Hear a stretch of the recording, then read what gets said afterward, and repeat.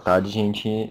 Meu nome é Fernando Ritter, sou cirurgião dentista, trabalho na Secretaria Municipal de Saúde de Porto Alegre, sou responsável pela coordenação da Estratégia da Família e vou falar com vocês um pouquinho de cadastro domiciliar no ESUS, tá?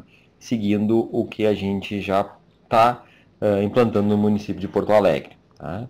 Essa apresentação que eu vou mostrar para vocês e vou estar dialogando foi construída pela Secretaria Municipal de Saúde, mais um grupo de trabalho composto por o pessoal do Telesaúde, pela Secretaria Estadual da Saúde e pela Secretaria Municipal de Saúde de Sapucaia do Sul. Bom, para começar as atividades, então, queria introduzir por que a gente está falando sobre isso. É importante a gente retomar historicamente que o DAB, o Departamento de Atenção Básica do Ministério da Saúde, ele com o ESUS assume um compromisso de reestruturar o sistema de informação da atenção básica, tá? Que tem o objetivo, então, esse novo sistema de melhorar a qualidade da informação em saúde, usado tanto por gestores, profissionais de saúde e cidadãos, e isso provocar uma mudança principalmente na qualificação do registro, nas informações, possibilitar melhores indicadores de saúde e poder medir as ações envolvidas na atenção básica especificamente. Mas lembro que o ESUS ele não é apenas um sistema de informação para a atenção básica.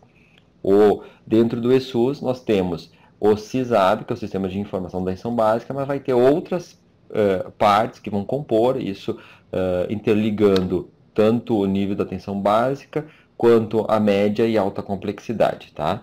O que se quer é qualificar o cuidado em saúde e principalmente mudar a cultura da informação, tornar ela de uma forma que seja mais agradável e ela sirva realmente para planejamento, gestão e monitoramento das ações em saúde. As diretrizes orientadoras desse novo sistema está descrito já desde a Política Nacional da Atenção Básica, com advindo do Programa de Melhoria de Acesso à Qualidade da Atenção Básica, a Política Nacional de Informação, a Política Nacional de Informática e Informação em Saúde, que compõe as redes de atenção em saúde, o Plano Estratégico de Saúde no Brasil, ou seja, tem vários documentos, portarias do Ministério da Saúde, dando estrutura e suporte básico para toda essa implantação do ESUS em todo o Brasil. Tá?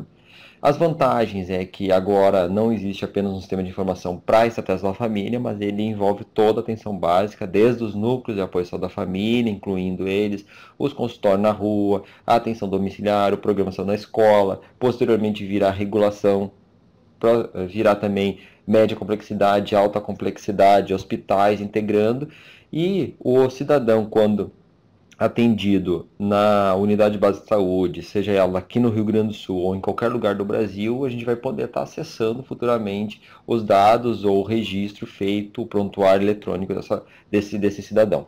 Tá?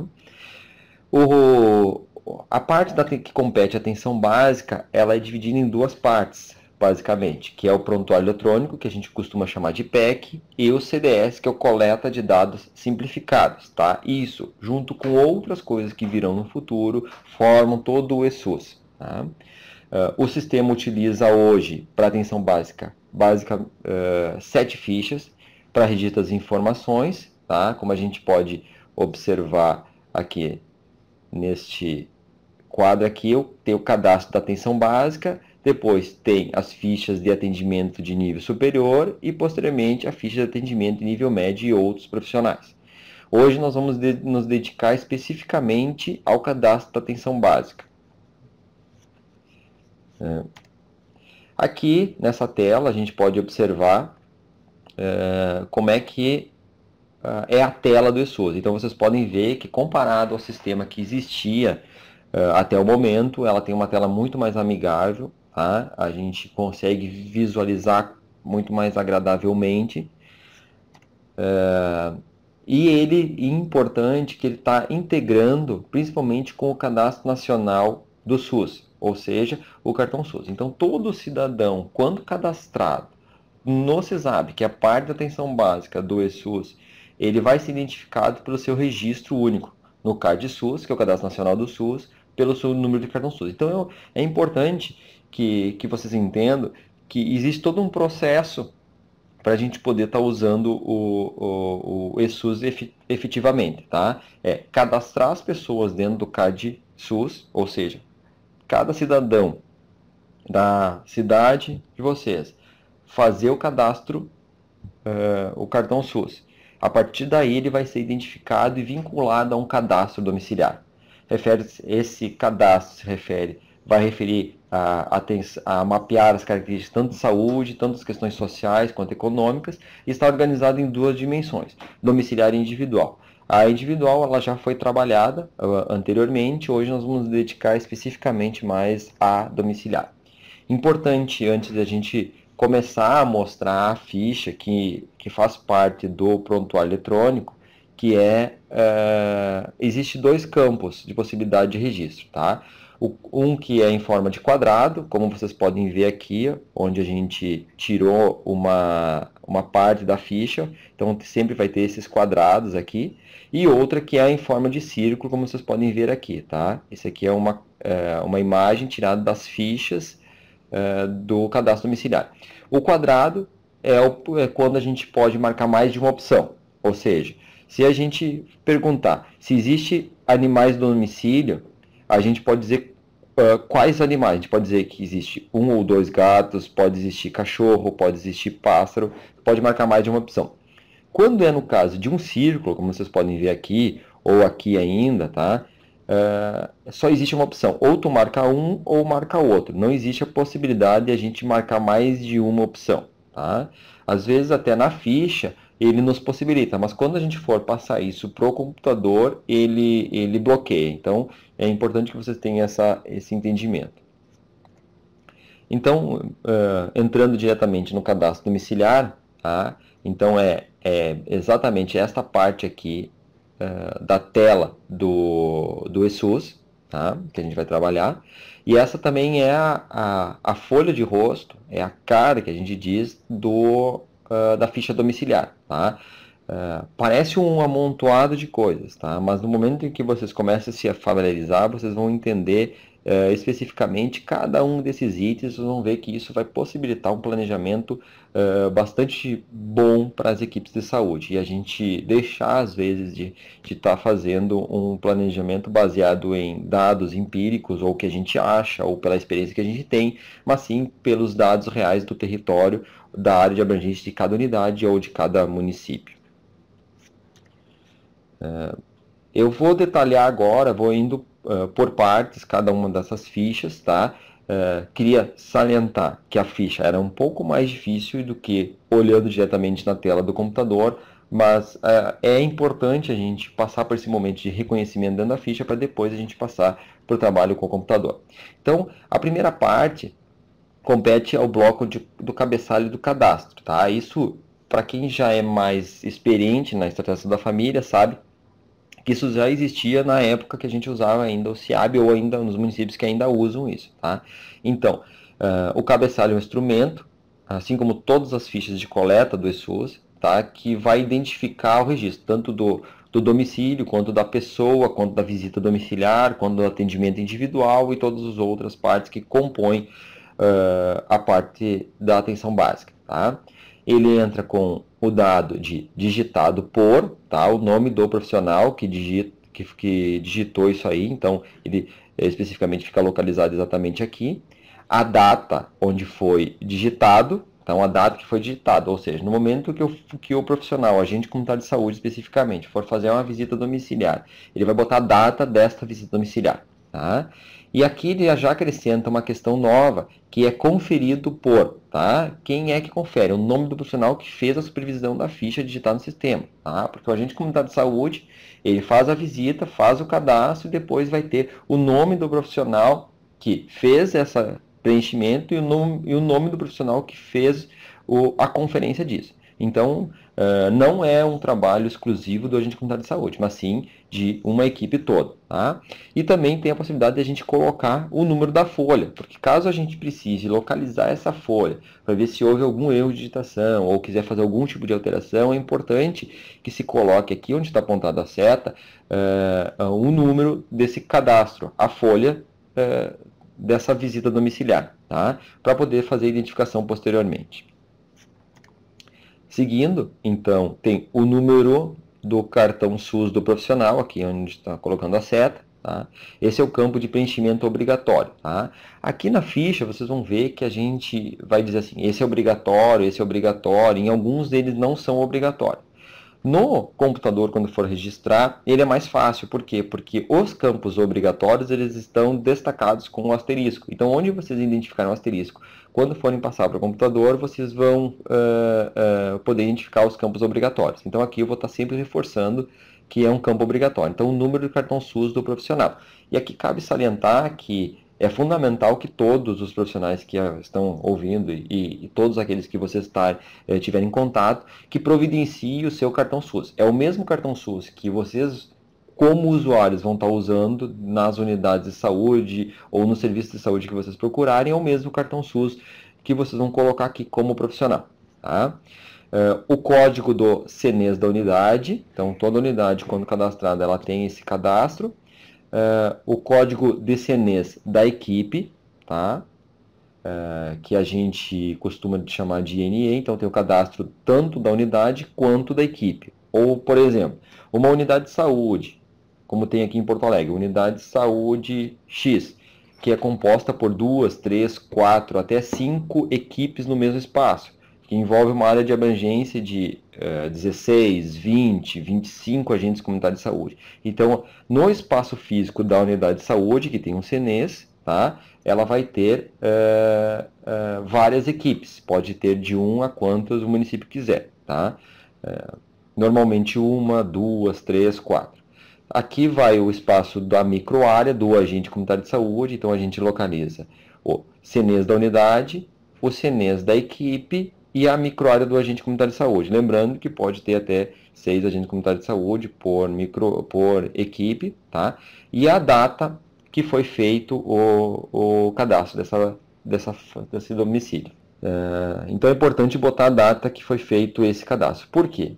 Porque quando houver algum tipo de alteração na família, entra um membro novo, sai outro membro, é importante a gente atualizar para ver quando é que foi atualizado. Se a gente olhar ali a data, ela foi feita 2, 3, 4 anos, é um indicativo que de repente não foi feita a alteração de algum dado cadastral daquela família, porque os dados cadastrais eles vão ver na sequência que eles podem mudar com bastante frequência, inclusive.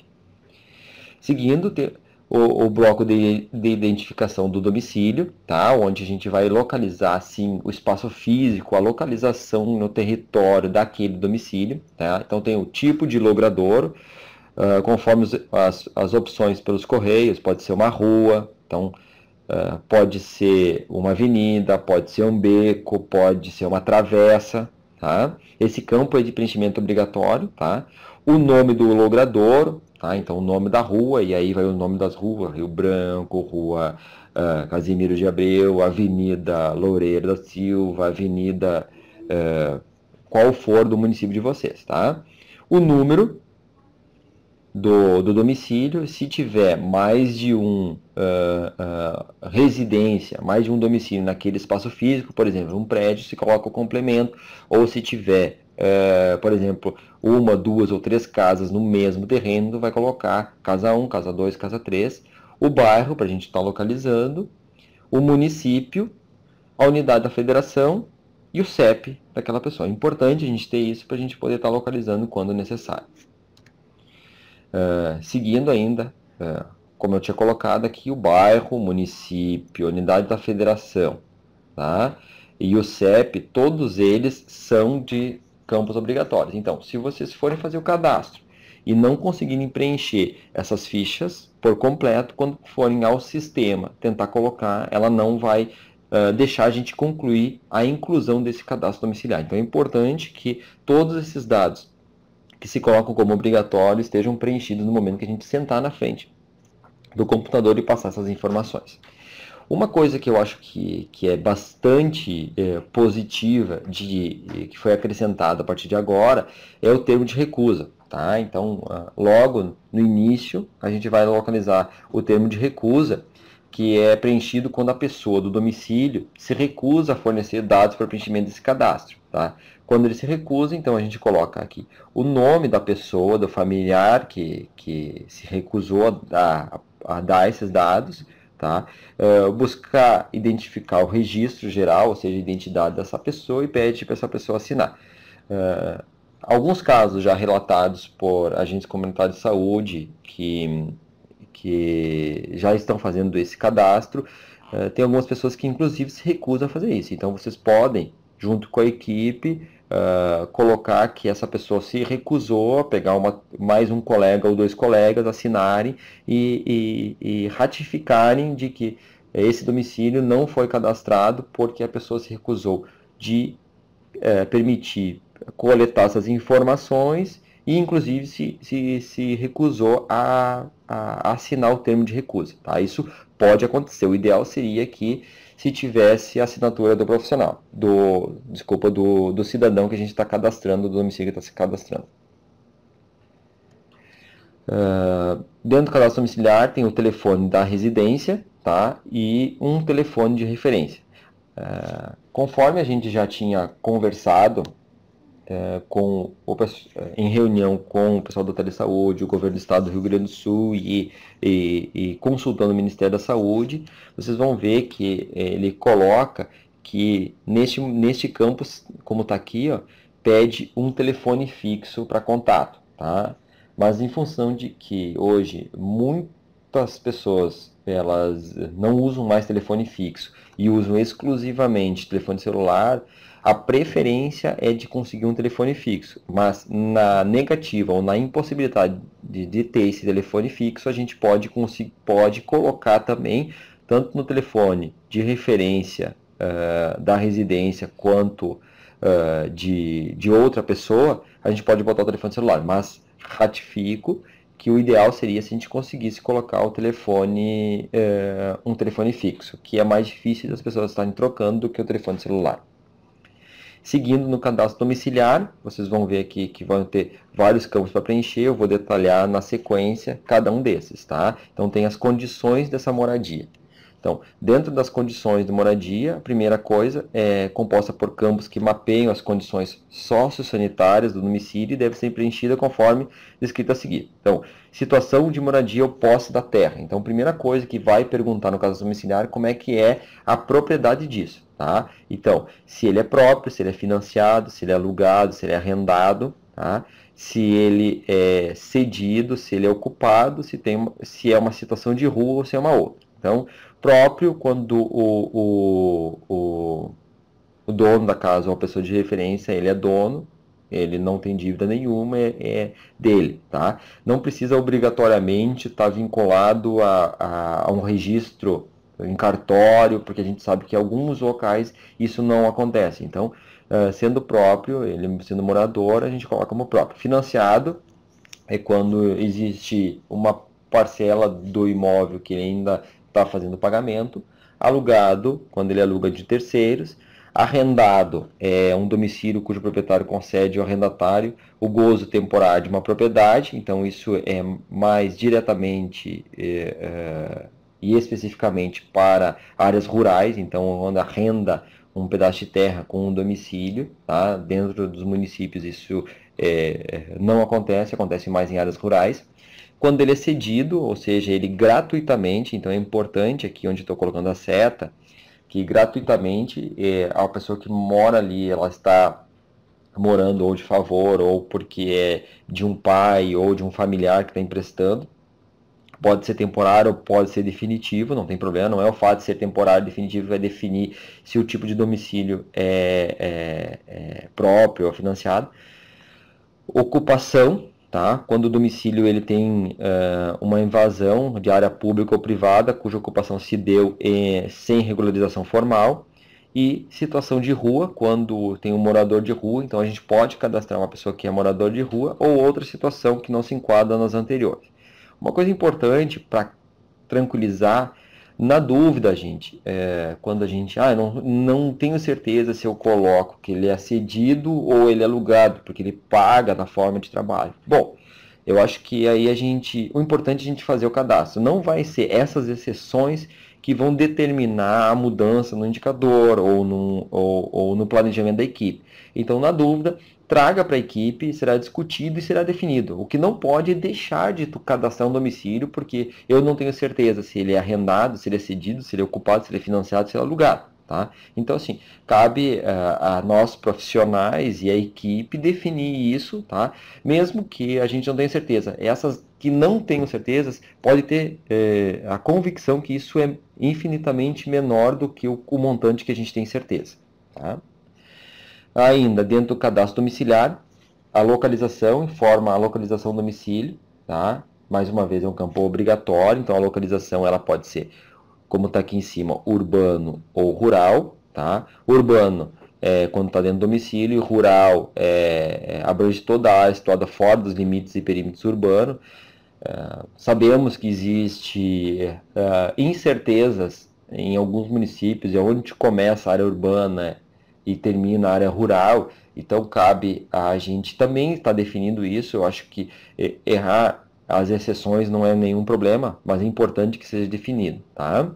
Tipo de domicílio, se ela é uma casa, se é um apartamento, se é um cômodo, porque pode acontecer de ser um domicílio, no caso aqui, um cômodo, onde a gente está alugando uma ou duas peças que compõem um domicílio especificamente. Tá? Então, eu sou proprietário de uma casa, eu alugo 2 domicílios para outra família morar. Então, essa família que eu estou cadastrando, ela é moradora desses 2 cômodos aí, ou 3 cômodos.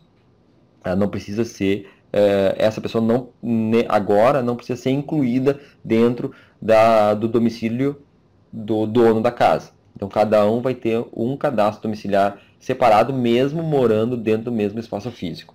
Tá? Seguindo ainda, dentro do cadastro domiciliar, em caso de área de produção rural, a condição de posse, se ele é proprietário, se ele é parceiro ou meeiro. Tá? Não vou ficar detalhando, mas o manual está bem claro, então essas lâminas vocês podem estar buscando no próprio manual. Se ele é parceiro ou meeiro, se é assentado, se é posseiro, arrendatário, comodatário ou beneficiário de banco da terra, ou quando não se aplica. Tá? Não se aplica quando não se enquadra no caso de uma produção rural. Tá? E o número de moradores, ele vai pedir também o número de moradores, registra o número de moradores no domicílio. Então aqui em cima vocês podem ver como é que está diagramado esse tipo de área de produção rural. Tá? Então está aqui, é só lembrando que o círculo não pode marcar mais de uma opção. Seguindo o cadastro domiciliar, número de cômodos, tá? Registro o número de cômodos no domicílio. Cômodos ou peças são todos os compartimentos integrantes do domicílio, inclusive banheiro. Então eu queria destacar aqui, que às vezes a gente acaba não incluindo banheiro, cozinha, separados por paredes. Tá? Então, no momento que tem separado por parede, pode ser uma parede incompleta, tá? Ou no caso de que foi quebrada a parede para ter a comunicação com a cozinha, também é contado como 2 peças existentes em parte externa do prédio, tá? Desde que constituam parte integrante do domicílio, com exceção, aqui é importante, corredor não conta como cômodo, alpestres não contam, varandas. Então a gente sabe que muitas casas têm varandas abertas também não contam como área de cômodo. As varandas que são fechadas completamente, esse sim conta. Então é importante a gente fazer essa diferenciação. Outros compartimentos utilizados para fins não residenciais, como garagens, tá? Como está dizendo aqui, depósitos, tá? Como bem definido pelo IBGE já lá em 1994, esses não se caracterizam como cômodos. Então eu destaquei aqui que garagem e depósito não fazem parte de cômodos. A exceção é quando a garagem está sendo usado como uma cozinha. Bom, daí tu pode cadastrar, porque tem muitas famílias que dentro da garagem, eles, além de a possibilidade de colocar o seu carro ali, ele também é a cozinha, também é uma área social, então vocês podem estar colocando como um cômodo sim da casa. Tá? Com relação ao tipo de acesso ao domicílio, a gente tem asfalto, chão batido, fluvial ou outro, tá?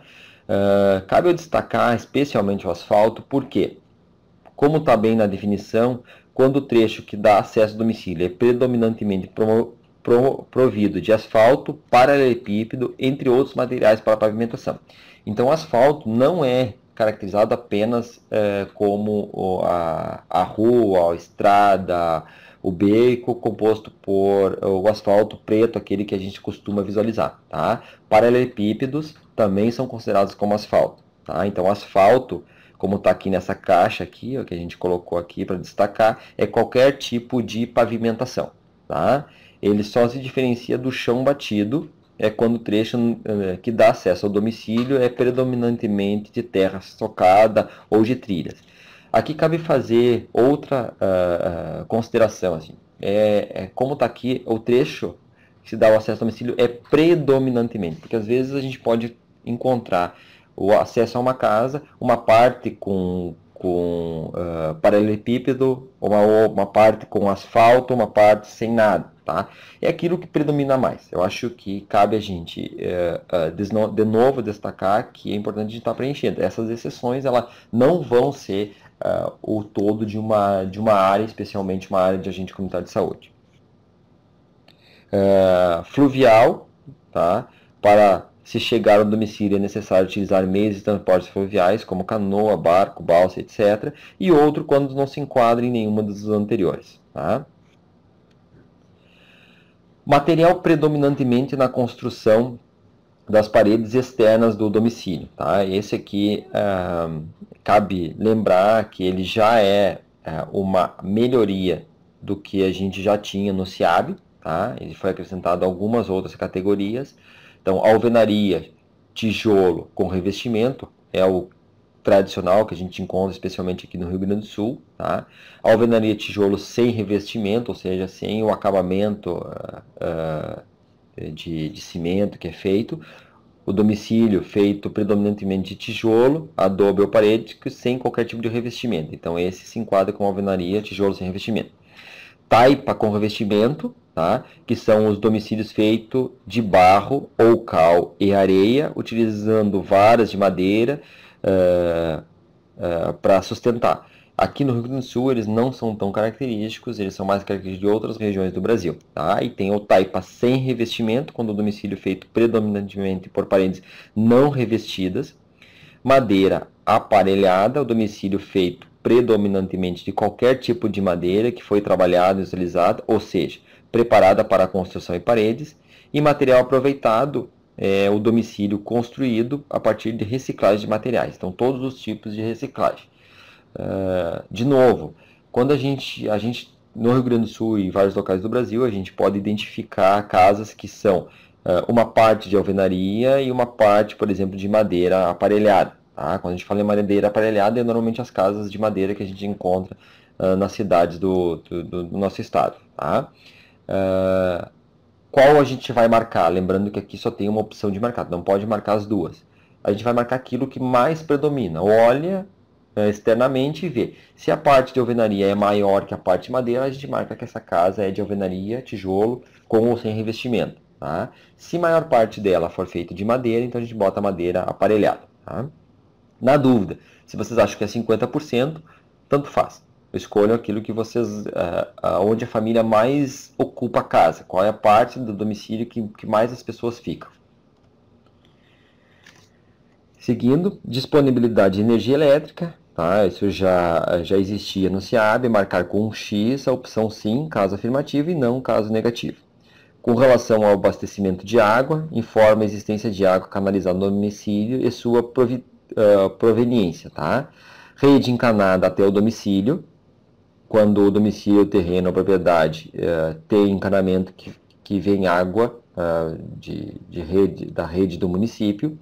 Quando a residência tem um poço ou nascente de domicílio, quando ele usa uma cisterna para suprir as suas necessidades de água, quando se utiliza, por exemplo, de carro-pipa, a gente coloca carro-pipa, ou outra opção.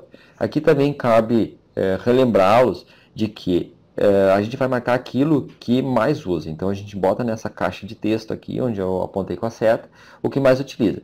Porque é muito comum a gente encontrar, especialmente no interior, redes encanadas, casas com rede encanada no domicílio, mas também tem um poço onde eles utilizam. Se eles utilizam a água mais encanada para beber, tomar banho, mais para o cuidado do corpo, a gente vai marcar isso. Se ele usa mais essa água para beber, para a higiene do corpo, do poço nascente, a gente vai botar aquilo que ele mais usa. Tá? Porque às vezes os domicílios, as residências usam mais o poço ou nascente para coisas externas,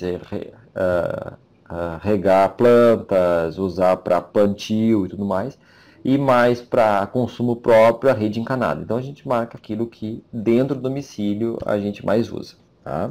Se houver dúvida, quando a gente tem a dúvida se a mais usa isso ou mais aquilo, ratifico mais uma vez de que tanto faz. Tá? É importante a gente ter esse registro. Tá? Forma de escoamento do banheiro ou do sanitário. Se tem a rede coletora de esgoto pluvial, ou seja, se o município ele coleta esse esgoto, tá, e ele é destinado para algum lugar. Se aquele domicílio usa uma fossa séptica, se ele usa uma fossa rudimentar, a diferença é que quando na fossa séptica, a canalização das águas e dos dejetos provenientes do banheiro, do sanitário, estiver ligado a uma fossa séptica, ou seja, matéria esgotada para uma fossa próxima, passando por um processo de tratamento ou decantação. A fossa rudimentar é quando os dejetos eles vão para uma fossa sem passar por nenhum tipo de processo de tratamento. Tá? Direto no rio, lago ou mar, céu aberto ou outra forma que as pessoas tenham de escoar esses dejetos do banheiro e do sanitário. Tratamento da água no domicílio, aqui é importante, que geralmente isso gera bastante confusão, que é água, quando ela dentro de casa, não importa se ela vem da rede de encanamento do município, se ela vem de um poço, se ele vem de uma nascente, não importa a origem dessa água, tá? Se esta água ela é filtrada, tá? Se ele sofre, então, por exemplo, um tratamento de filtragem, consiste em passar água por um leito filtrante constituído por areia ou qualquer outro material, tá? Lembrando que quando a gente usa água de abastecimento público, ela sempre é filtrada. Mas aqui a gente está perguntando para o proprietário se, além do tratamento que é feito pela rede municipal de água ou estadual, o morador ele faz outro tipo de filtragem, tá? Porque é óbvio que a água que chega ao domicílio da rede pública, ela é filtrada naturalmente. Mas o que nós queremos saber é se ele faz algum outro tipo de filtragem.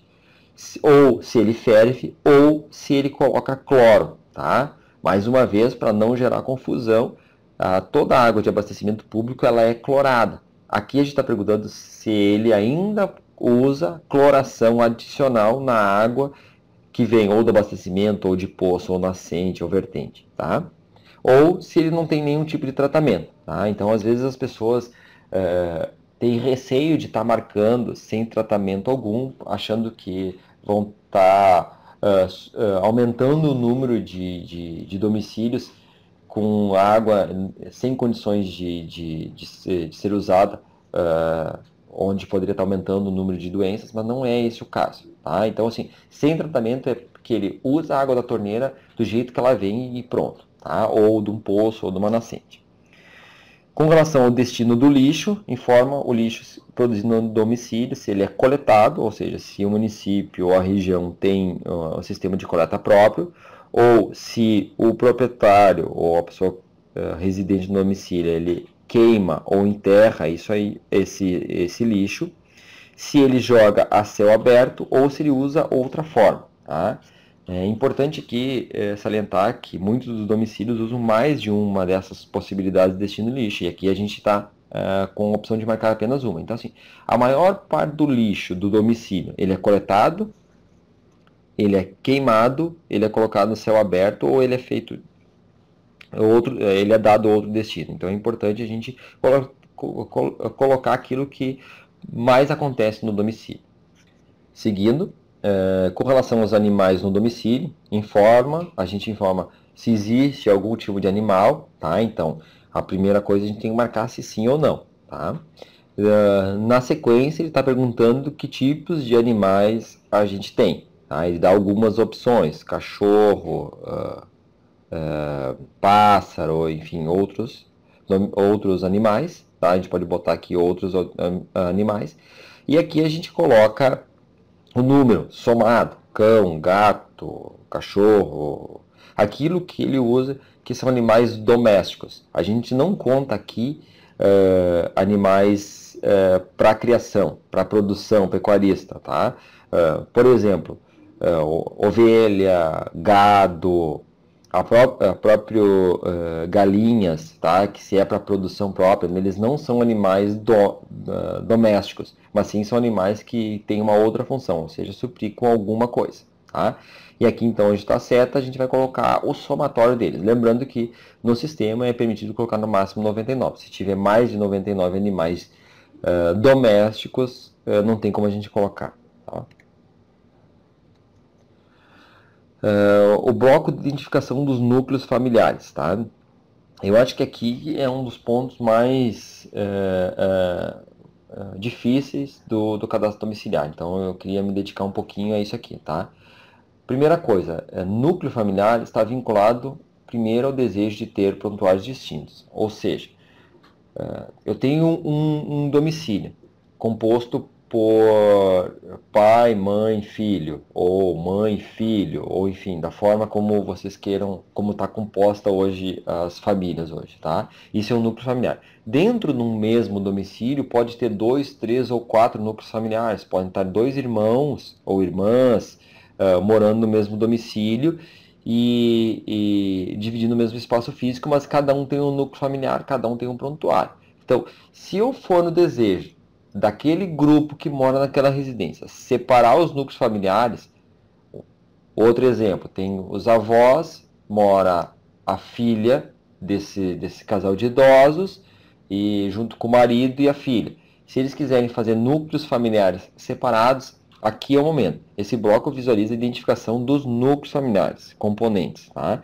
E quem vai definir os núcleos familiares é importante que isso seja conversado, dialogado com a família, tá? Então aqui a gente vai colocar o número do prontuário familiar, tá? O número do prontuário da família. Muitas unidades já têm esse número de família, tá? Da forma como o registro, da forma como quiser, tá? Uma dica que eu gostaria de deixar para vocês, foi a opção nossa aqui no município de Porto Alegre, é de padronizar essa forma de registro do prontuário, porque algumas unidades usavam o número do prontuário, o número da casa, outros usavam no prontuário 1, 2, 3, microárea A, B, C. Então existia diferentes formas de registro desse domicílio. Nós aqui pactuamos, como no sistema ele só permite botar número de prontuário, números, ou seja, 5, e obrigatoriamente são 5 números, não permite colocar letra, então a gente não tem como colocar no sistema, por exemplo, prontuário 2A, 22C, 22.1, não tem como, ele só permite colocar 5 números, aqui a gente pactou que o primeiro... Bom, gente, retomando, tá? Temos uma parada estratégica aqui. Eu estava comentando com vocês com relação ao número do prontuário, da diversidade que existe na forma de registro prontuário. Então, uma dica, isso é claro que cada município vai decidir como faz, mas uma dica que a gente achou por bem colocar, aproveitar o momento para a gente padronizar. Então, e obrigatoriamente a gente tem que colocar 5 números. Então, desses 5 números, o primeiro número identifica o número da equipe. Então, se na mesma unidade tem 1, 2, 3 ou 4 equipes, então o primeiro número vai identificar a equipe. O segundo número vai identificar a microárea do agente comunitário de saúde. Tá?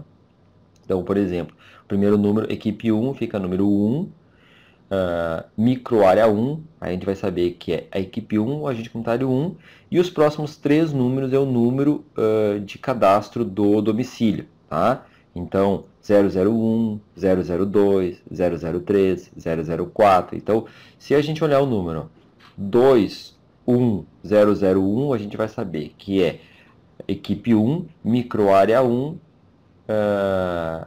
e família número 1, tá? Importante, no momento em que essa família, esse domicílio, as pessoas que moram nesse domicílio, eles saem, esse domicílio ele deixa de ser cadastrado, aquela família deixa de ser cadastrada naquele domicílio. Isso não impede que uma nova família venha morar nesse domicílio e vocês usem o mesmo número de prontuário.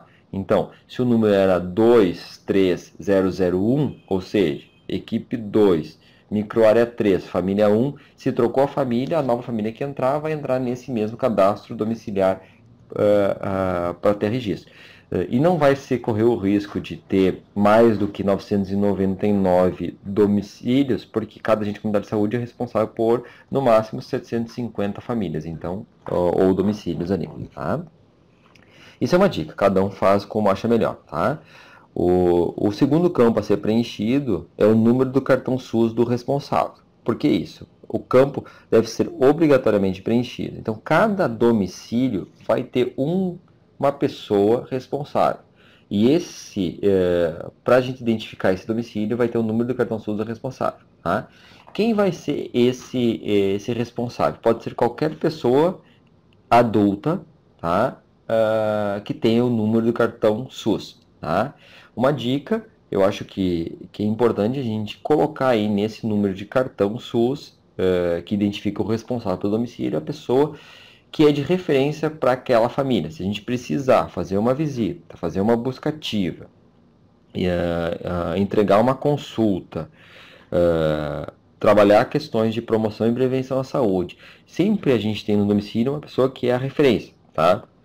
Não necessariamente tem que ser a pessoa que mais traz, que sustenta a família, que traz mais dinheiro para dentro de casa, ou tem que ser a mulher. Isso não é uma obrigação, mas eu acho que é importante que esse número de cartão SUS seja a pessoa que você tem o mais fácil acesso quando precisar de uma visita, tá?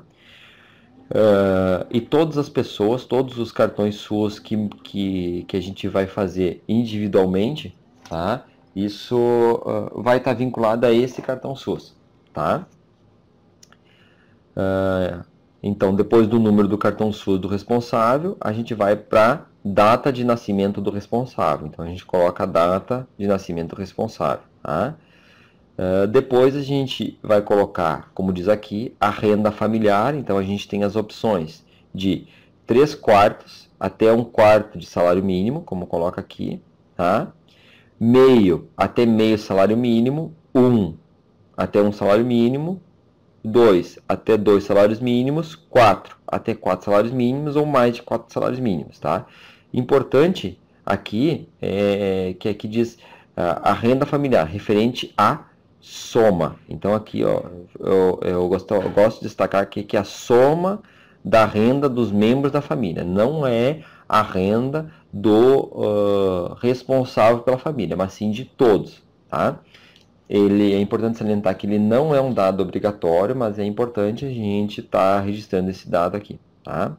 Depois vem o número de membros da família, então cada cadastro domiciliar, cada núcleo familiar vai dizer quantos membros. Então, se aquele domicílio optou por ter dois núcleos familiares, ou seja, a gente bota um núcleo familiar aqui, outro núcleo familiar aqui. Então a gente vai ter 2 números de cartão SUS de responsável, a gente vai ter 2 datas de nascimento, vai ter identificação de 2 rendas familiares e o número de membros de cada um dos núcleos familiares. Tá?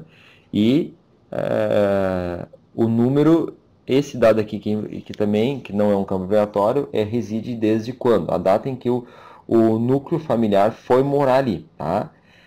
Aqui eu queria que vocês não entrassem em desespero ou angústia, porque até nós, se tentarmos lembrarmos do dia em que a gente se mudou para a residência onde a gente está morando, provavelmente alguns vão lembrar, outros não vão lembrar. Pode colocar uma estimativa, foi em 1981, final de ano. Então, final de ano tu coloca dezembro, tá? Então, a pessoa não, nem lembra se foi início ou final do ano. Então, a dica que a gente está dando é assim, coloca o mês o mês do ano que tu tá fazendo o cadastro. Se eu tô fazendo o cadastro em janeiro da pessoa, a pessoa não tem nem noção de quando que foi, se foi no verão, se foi no inverno, se foi na primavera, se foi no outono, não tem noção nem do ano, se você coloca um dado aproximado, tá?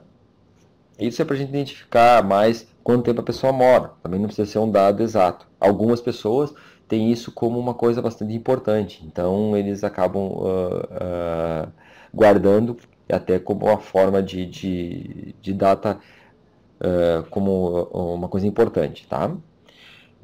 Já indo para finalmente, esse grupo de trabalho que desenvolveu essa apresentação e discutiu junto com a coordenação da família do Estado, o pessoal do Telesaúde e o Ministério da Saúde, a gente fez esse desenho aqui para tentar elucidar um pouco sobre os núcleos familiares. Então, nessa primeira residência aqui, a gente tem duas opções, tá? Nessa residência aqui onde a seta está apontando, a gente pode ter um único familiar composto por duas pessoas idosas, dois avós, filho, genro e neto, ser um núcleo familiar, ou se for por escolha dessa família, nós podemos, aqui no caso do vô e da avó, formar um único núcleo familiar. Então a gente vai, voltando na página anterior, a gente vai botar aqui o número de prontuário daquele núcleo familiar, o número do cartão SUS de um dos dois avós, a data de nascimento e todos os demais complementos, tá? E aqui o segundo núcleo familiar, que é composto pela filha desse casal aqui, tá? O genro e o neto. Então, quando a gente for para o cadastro do prontuário, a gente vai botar o segundo núcleo familiar, tá? Aqui, aqui a demonstração da imagem, no caso de se eles optarem em ter um único núcleo familiar, e a gente pode usar tanto o vô, quanto a avó, quanto a filha, quanto o genro desse casal aqui, como responsável pelo núcleo familiar. Aí cabe aos membros da família decidirem qual a forma que eles preferem colocar. Bom, gente, essa é a parte que competia. A gente está falando hoje sobre o cadastro domiciliar, tá? Qualquer dúvida, a gente aguarda as colocações de vocês e, na medida possível, a gente vai estar respondendo, tá? Obrigado pela atenção de todos.